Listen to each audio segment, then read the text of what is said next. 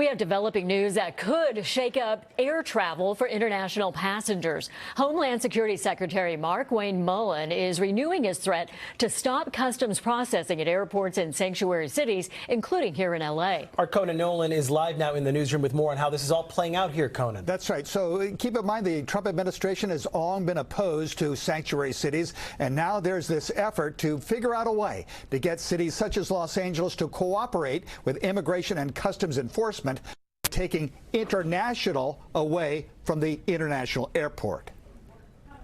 At today's presidential cabinet meeting, the new Secretary of Homeland Security excoriated those who protested outside an ICE detention facility recently in New Jersey, alluding to the local sanctuary laws. The local police literally refusing to respond. Now DHS Secretary Markwayne Mullin says he has a new way to force cities to cooperate with immigration and customs enforcement.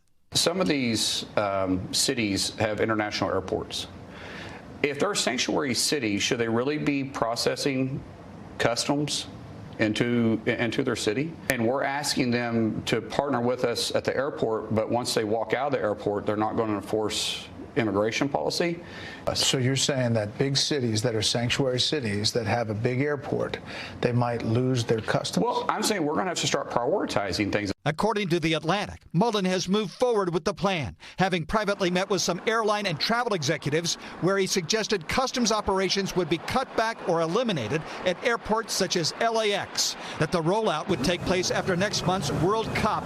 Nick Miroff is a staff writer with The Atlantic. The travel executives have warned Mullin that the economic fallout from this would be enormous, and it would potentially cause a lot of chaos at the airports they're seeking to target.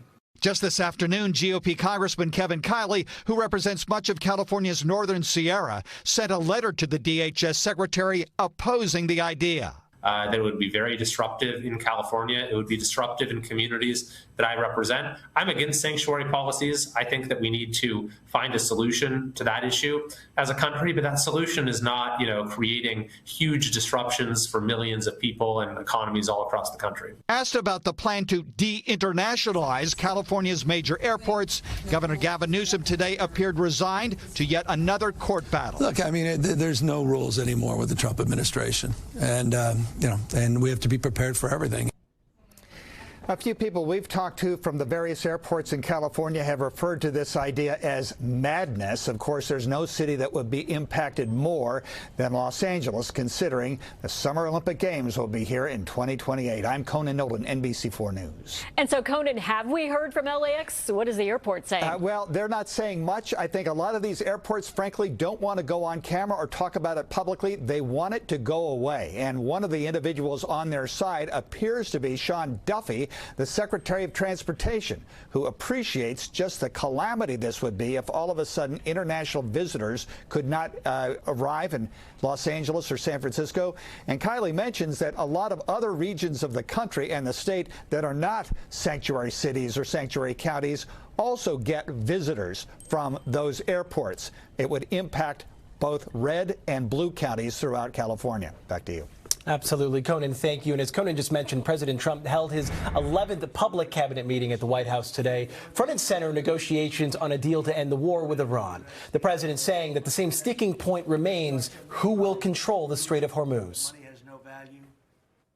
We'll watch over it, but nobody's going to control it. That's part of the negotiation that we have. They would like to control it. Nobody's going to control it. It's international waters, and Oman will behave just like everybody else, so we'll have to blow them up.